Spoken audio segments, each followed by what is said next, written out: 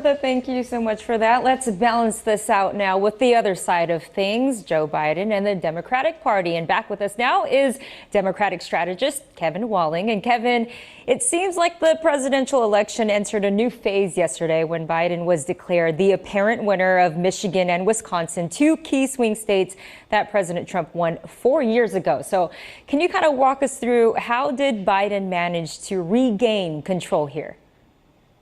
Yeah, Jobeth, it's a great question. I think, the Biden campaign for a long time was focused on those three blue wall states of Michigan, Wisconsin, and Pennsylvania.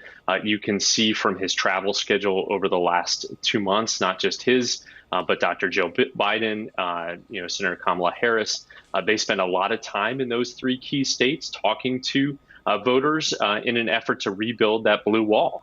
Because we know if those three states went back to the blue column, went back to the vice president, with all the states that Secretary Clinton won in 2016, Joe Biden would be the next president. And it's looking very much like that will be the case as these final votes are counted in Pennsylvania. You mentioned, Jobeth, that Michigan and Wisconsin have already been called. That's a huge win for the vice president. And now it's just a matter of these five key battleground states and multiple pathways for the vice president over these next couple of hours and days. Right. Still waiting on the final counts. But Joe Biden did predict yesterday that he will win once all those votes are tallied. So remind us again the key issues Biden plans on tackling if he gets to the White House. Yeah, Jobeth, it's a great question. I mean, right from the outset, he's going to focus the attention of the federal government on defeating COVID-19, the coronavirus.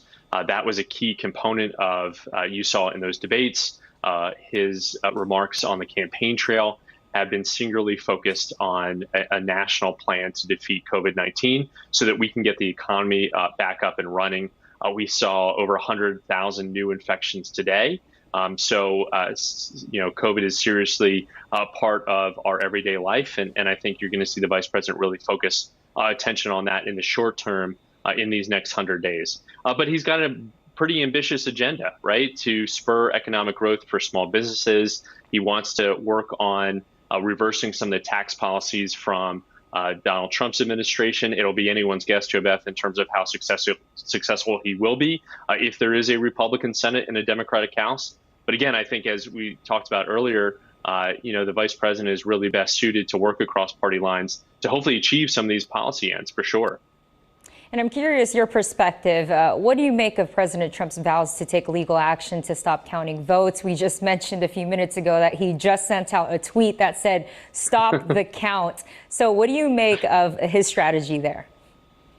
Yeah, I mean, if you can even call it a strategy, right? He tweets out in all caps, stop the counts. But where? He wants Wisconsin to keep counting. Maybe he wants counting to continue in Arizona. There doesn't seem to be a real serious strategy coming from the Trump campaign. It's a lot of grasping at straws because we know, based on projections, that when we count all the ballots, as the vice president said in his remarks yesterday, that he will be declared the winner. So it doesn't seem like there's a really clear strategy coming out of the Trump campaign. Obviously, it's going to be a state-by-state focus in terms of where they bring legal action, but it's well without the margin that he won in, like I said, in states in Wisconsin and Michigan. The vice president is leading Donald Trump by more votes than Donald Trump won those states just 4 years ago. And again, I think, in talking with the Biden campaign, they feel really bullish about Pennsylvania and where these final mail ballots are coming from, especially too with Fulton County in Georgia. So they feel really optimistic about Georgia as well. Okay, Kevin Walling, thanks again for your insights here and coming on NBC LX. Thanks, Jobeth. Good to be with you.